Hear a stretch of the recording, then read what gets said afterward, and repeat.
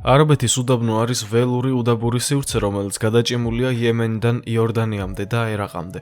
მისი ფართობი შეადგენს 900,000 კვადრატულ მილს, რაც მას მსოფლიოში მეხუთე უდიდეს უდაბნოდ აქცევს. თუ ამ წითელ დიუნებზე გაისეირნებთ, შესაძლოა იფიქროთ, რომ მარსის ზედაპირზე აღმოჩნდით.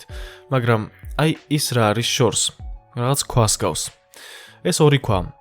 ეს არის ალ-ნასლის კლდოვანი ფორმაცია, უზარმაზარი ლოდი, რომელიც შუაზე გაყოფილია და ეს ყველაფერი წარმოუდგენლად სწორი და გლუვი ხაზით არის გაკეთებული. საოცარია. ის ისე გამოიყურება თითქოს მძლავრი ლაზერით ვიღაცამ შუაზე გაჭრა, მაგრამ ალ-ნასლი უამრავი წლისაა. ეპოქა, როდესაც ლაზერები ჯერ კიდევ არ არსებობდა. როგორ შეიძლება ასეთი უცნაური მოვლენა მომხდარიყო? იქნებ ეს უძველესი ინჟინერიის წარმოუდგენელი მიღწევა. ან იქნებ მარსზე წასასვლელად გზააბნეულმა უცხოპლანეტელმა დატოვეს ის აქ. თუ გაინტერესებთ რა გახდა ალ-ნასლის კლდის ასეთი უნიკალური გაყოფის მიზეზი, მოემზადეთ, რადგან ახლა ვაპირებთ ამ უძველესი ფორმაციის საიდუმლოს გამოკვლევას და სხვა თითქოს აუხსნელი კლდოვანი ფორმაციების აღმოჩენას. ყველაზე გავრცელებული მოსაზრება უცხოპლანეტელები, ყოველთვის უცხოპლანეტელები და ყველა ამას იძახის. ალ-ნასლი 20 ფუტის სიმაღლისაა და 30 ფუტის სიგანის. უზარმაზარი მასით, რომელიც ორ პატარა ქვაზეა დაბალანსებული. საოცარი სანახავია, როგორ არ ვარდება ეს უზარმაზარი ლოდი, მხოლოდ ეს კითხვა უჩნდება ადამიანს. ეს ქვები ფაქტობრივად ლოდის ქვედა ნაწილია, რომელიც ქარისა და ქვიშის ეროზიის შედეგად ჩამოიშალა, ხოლო ლოდის დანარჩენი ნაწილი ზედა მხარესაა დარჩენილი. მაგრამ ეს მაინც ვერ ხსნის იმ წარმოუდგენელ სწორ ხაზს, რომლის მეშვეობითაც კლდიდან ცის პატარა ლურჯი ნაწილი ჩანს. ამ საიდუმლოს გასაგებად ზოგიერთი დამკვირვებელი ვარაუდობს, რომ ეს უცხოპლანეტელთა ჩარევის შედეგია. ისინი ფიქრობენ, რომ ოაზის თაიმაში, სადაც კლდე მდებარეობს, დაეშვა უცხოპლანეტელთა კოსმოსური ხომალდი და თავისი დიდი ლაზერით გაყო ეს კლდე, რაც ძნელად დასაჯერებელია რამდენიმე მთავარი მიზეზის გამო. მოდით წარმოვიდგინოთ, რომ უცხოპლანეტელები ნამდვილად არსებობენ. რატომ უნდა გაევლოთ მათ მილიონობით სინათლის წელიწადი მხოლოდ კლდის შუაზე გასაყოფად? მაგრამ რა მოხდება თუ ეს შემთხვევით იყო? ან იქნებ უცხოპლანეტელები უბრალოდ თამაშობდნენ ლაზერობანას? საინტერესო თეორიაა, მაგრამ სასაცილოა. ეს უფრო ფანტასტიკაა, ვიდრე ფაქტი, რადგან კლდის გლუვი გაყოფის გარდა არანაირი მტკიცებულობა არ არსებობს, რაც უცხოპლანეტელთა დედამიწაზე ჩამოსვლას ადასტურებს. მაგრამ ვინ იცის, რა ხდება სამყაროში? უძველესი ინჟინერია. ალ-ნასლის კლდოვან ზედაპირზე უამრავი პეტროგლიფია, მაგალითად ამ გრავიურაზე ჩანს ადამიანი, რომელიც ცხენს უძღვება. ამ კლდის გაყოფას კიდევ ერთი საინტერესო ახსნა გამოუძებნეს მეცნიერებმა. ქვის გრავიურა, რომელიც კაცს უჩვენებს. შესაძლოა ეს წარმოადგენდეს თამუდის უძველეს ტომს, რომელიც თითქმის 2800 წლის წინ ცხოვრობდა ამ რეგიონში. იმ უძველესი უდაბნოს მოსახლეების მიერ კლდის ზედაპირზე გრავიურის შექმნისთვის დახარჯული დრო და ენერგია იმას მიუთითებს, რომ მათთვის ეს კლდე მნიშვნელოვან რამეს წარმოადგენდა. და თუ ასეა, მაშინ შესაძლებელია, რომ კლდის იდეალური გაყოფა მათი მოღვაწეობის შედეგია. მაგრამ როგორ შეიძლებოდა მათ მიეღწიათ ამგვარი შედეგისთვის, რომელიც თითქმის ლაზერის ზუსტი ტექნოლოგიით არის შესრულებული? ლაზერები პირველად 1958 წელს გამოიგონეს და მათი შექმნა შესაძლებელი გახდა მხოლოდ მას შემდეგ, რაც ალბერტ აინშტაინმა მე-20 საუკუნის დასაწყისში განავითარა თეორიების სინათლის ენერგიის შესახებ. ამრიგად, შეუძლებელია, რომ თამუდის ტომს ჰქონოდა საკუთარი ლაზერები. თუმცა შესაძლოა გაყოფა გამოწვეული იყოს რაღაცით, რაც არსებობდა თამუდის ტომის ეპოქამდეც, მაგალითად წყლით. როგორ უცნაურადაც არ უნდა ჟღერდეს, შესაძლებელია, რომ თამუდის ტომმა გამოიყენა წყლის ძალა კლდის გასაყოფად. როგორ შეიძლება ეს მომხდარიყო? წყალი უბრალოდ კლდეს დაასველებდა. შეიძლება ესე იფიქროთ, მაგრამ სინამდვილეში წყალს აქვს ფუნდამენტური თვისება, მისი სიმკვრივე. წყალი მიედინება, მაგრამ მისი შეკუმშვა უკიდურესად რთულია. ეს თვისება წყალს საშუალებას აძლევს გამოავლინოს კლდის გამანადგურებელი ძალა. თუ წყალი ჰიდრაულიკურ სისტემაში იქნება გამოყენებული, ის შეძლებს ძლიერი რკინის ჩაქუჩებისა და საბურავების დამსხვრევას, ისე თითქოს ისინი იაფასიანი ქილები იყოს. წყალს იყენებენ სხვადასხვა ლითონის ნივთების გასაჭრელადაც კი. შესაძლოა მსგავსი ვიდეოები არაერთი შეგვხვედრიათ ინტერნეტში. ეს პროცესი ეფუძნება პასკალის კანონს, რომელიც აცხადებს, რომ როცა წნევა წყლის მსგავს სითხეზე დახურულ კონტეინერში ზეწოლით იქმნება, წნევა თანაბრად ნაწილდება მთელ სითხეში. ჰიდრაულიკური სისტემა მუშაობს შემდეგნაირად. წყლით სავსე კონტეინერს აქვს ერთ ბოლოს პატარა დგუში, მეორე ბოლოს კი დიდი. თუ დიდი დგუშის ფართობი 10-ჯერ აღემატება პატარა დგუშის ფართობს, მაშინ დიდი დგუშის ზეწოლაც 10-ჯერ გაიზრდება. ეს გაძლიერებული ძალა შემდეგ შეიძლება გამოყენებული იქნას მაგალითად ჰიდრაულიკურ გაყოფის ხელსაწყოსთან ერთად. ამ ხელსაწყოს ცენტრალური პირი ფოლადის გაყოფას იწვევს, რაც კლდესაც კი გაჭრიდა შუაზე. ამგვარად შესაძლებელია, რომ თამუდის ტომმა მსგავსი ჰიდრაულიკური გაყოფის ხელსაწყოს გამოყენება მოახერხა, მაგრამ ეს ნაკლებად სავარაუდოა, რადგან ამის არქეოლოგიური მტკიცებულებაც არ არსებობს და ასეთი ურთულესი ტექნოლოგიის გაკეთება იმ დროს ცოტა საეჭვოა. მიუხედავად ამისა, იქნებ ჩვენი წინაპრები ბევრად უფრო განვითარებულები იყვნენ, ვიდრე ისტორიის წიგნები გვიჩვენებს. ეს ორი წინა თეორია შესაძლოა სახალისოა, მაგრამ ჯობია მათ შესახებ გეოლოგებს არაფერი ეთქვათ, რადგან მათი ალ-ნასლის კლდის გაყოფის თეორიები კლდესავით მყარია. ზოგიერთი გეოლოგი ვარაუდობს, რომ კლდის გაყოფა გამოწვეულიყო პროცესით, რომელსაც გაყინვა დნობის ამინდის გავლენა ეწოდება. ეს ხდება მაშინ, როდესაც უდაბნოს იშვიათი წვიმა კლდის პატარა ნაპრალში ხვდება და ღამით იყინება. ყინული უდაბნოში უცნაურად ჟღერს. გონიათ უდაბნოში ყინულის არსებობა შეუძლებელია? თუმცა არაბეთის უდაბნო დღისით ძალიან ცხელია, ღუმელივით არის. მინიმუმ 40 გრადუსის ტემპერატურით, მაგრამ ღამით ტემპერატურა მკვეთრად ეცემა -3 გრადუსამდე.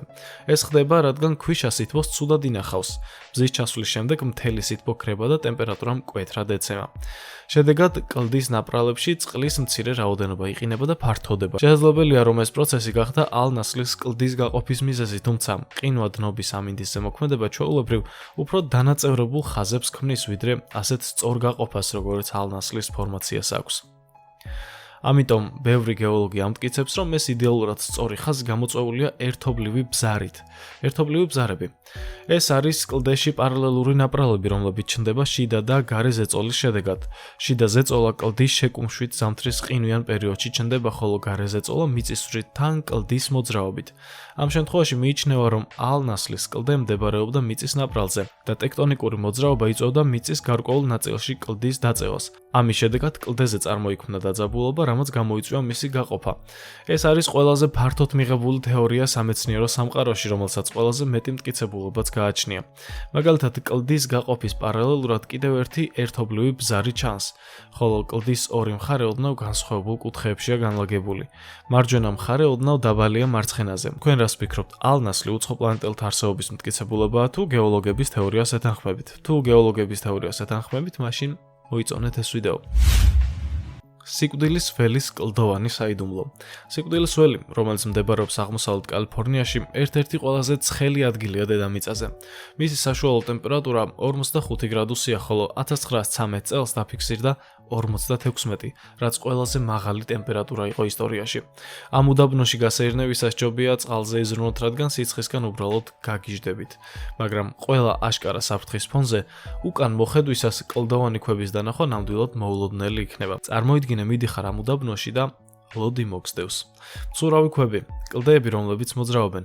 ამ უცნაურ მოვლენას მცურავი ქვები ეწოდება. ისინი გრძელი, დაახლოებით 1500 ფუტის სიგრძის კვალს ტოვებენ, რაც 4 საფეხბურთო მოედნის სიგრძეა.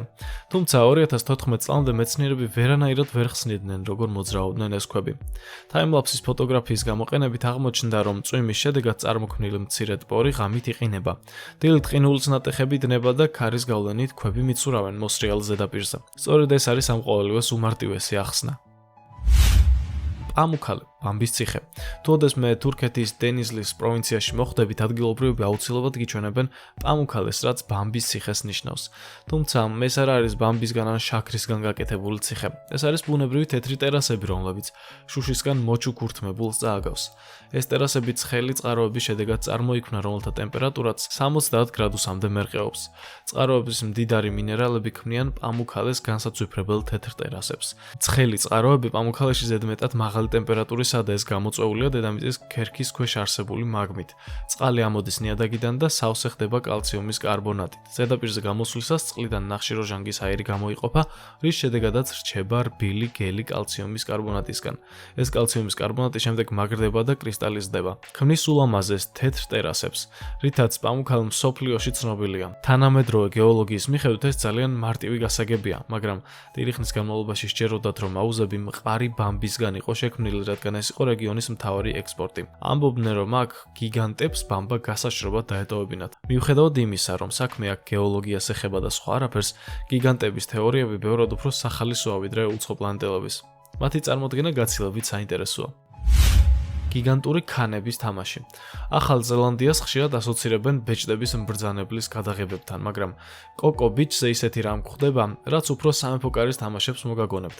აქ არის უზარმაზარი სფერული ქვების კოლექცია, რომლებიც დრაკონის კვერცხებს გავს, თუმცა ჯერ არც ერთი გიგანტური მფრინავი ხვლიკი ამ ქვებიდან არ გამოჩეკილა. მათი რიცხვი კიდევ იზრდება, რადგან ახალი კვერცხის მსგავსი ქვები ჩნდება შავი თიხის კლდისგან, რომელიც სანაპიროს უკან მდებარეობს ოკეანის ეროზიის შედეგად. მე-19 საუკუნეში გადაღებული ფოტოების მიხედვით ქვების რაოდენობა უფრო მეტი იყო, თუმცა მათი ნაწილი სუვენირების მოპოვების მიზნით მოიპარეს. ახლა ქვები კანონით დაცულია, რათა მათი ქურდობა თავიდან აიცილონ. საიდან მოდიან ეს ქვები? მათი გაჩენა ზღვაში დაიწყო უამრავი წლის წინ. წლებთან ერთად ფორმირდა ასეთ გიგანტურ ზომებად. ეს ქვები იქმნებოდა, როდესაც ნალექების ფენები, ძირითადად ხამანწკების ნამსხვრევები და მცენარეული მასალა ზღვის ფსკერზე გროვდებოდა. შემდეგ კალციტის მინერალი ამ ორგანულ მასას ნელ-ნელა სფერულ ქანებად გარდაქმნიდა. ეშმაკის კოშკის ისტორია. 1951 წლის ოქტომბერში პროფესიონალმა პარაშუტისტმა ჯორჯ ჰოპკინსმა გადაწყვიტა თავისი უნარების დემონსტრირება. მან მიზნად დაისახა ეშმაკის კოშკზე ვაიომინგში პარაშუტით დამიზნებით დახტომა. კლდე 1267 ფუტის სიმაღლისაა და მისი ზედაპირი მხოლოდ 1.5 აკრია. ჯორჯმა წარმატებით დაასრულა გადახტომა, მაგრამ მისი თოკი გადავარდა და ის კოშკზე გაჭედილი დარჩა. ეშმაკის კოშკი წარმოიშვა ვულკანური შეჭრით, სადაც მაგმა ზედაპირზე ამოსვლამდე გაგრილდა, რის შედეგადაც უნიკალური 6 კუთხა სვეტები წარმოიქმნა. კრისტალების საუნა. მსოფლიოს თითქმის ყველა მინერალი კრისტალური ფორმით არსებობს და ისინი საოცარი ფერებით გამოირჩევიან. კრისტალები ჩვეულებრივ მიწის ქვეშ ვითარდებიან, რადგან იქ არის იდეალური ტემპერატურა და წნევა ამის ფორმირებისთვის, თუმცა დიდი ზომის კრისტალებისთვის საჭიროა სივრცე, რაც მიწის ქვეშ ხშირად არ არის საკმარისი. მაგრამ თუ იქნებოდა დიდი ცარიელი მღვიმე იდეალური პირობებით, კრისტალები გაჩნდებოდნენ იქ და განაგრძობდნენ ზრდას. მექსიკაში ჩიუაჰუს შტატში სიერა-დე-ნაიკას მთის ქვეშ არსებობს კრისტალების მღვიმე, რომელიც 984 ფუტის სიღრმეზეა და გეოლოგების ოცნებად ითვლება. მღვიმეს ავსებს უზარმაზარი ერთმანეთში ჩახლართული კრისტალები, რომელთა სიგრძე 36 ფუტს აღწევს. მათი ყველაზე დიდი ზომა ტელეფონის ბოძის სიგრძის ტოლია. ამ კრისტალების წარმოშობის პროცესი დაიწყო მაშინ, როდესაც მიწისქვეშა წყალი მღვიმეში მაგმის კამერის ხვრელიდან შევიდა. წყალი, რომელიც აჰიდრიტით იყო გაჯერებული, მაგმის მიერ ძალიან ცხელი რჩებოდა. თუმცა როცა ტემპერატურა დაეცა, აჰიდრიტმა დაშლა, დაიწყო და კალციუმად და სულფატებად გარდაიქმნა. ეს მინერალები შემდეგ ხელახლა კრისტალიზირდებოდა, ქმნიდა ფორმებს, რომელსაც სელენიტი ეწოდება. სტაბილური ტემპერატურისა და მინერალებით მდიდარი წყლის მუდმივი მიწოდებით კრისტალები გაიზარდნენ და აი ამ გიგანტურ თეთრ კრისტალურ შუბებად გადაიქცნენ.